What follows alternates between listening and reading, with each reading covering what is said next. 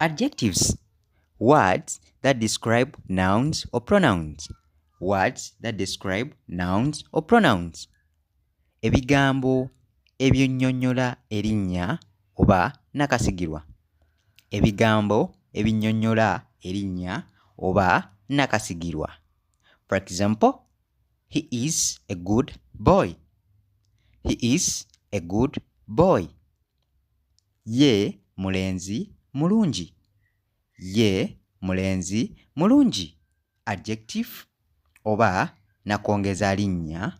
Good mulungi. Good mulungi. She is very tall. She is very tall. Ye muwanvu nnyo. Ye muwanvu nnyo. Adjective tall muwanvu. Tall muwanvu.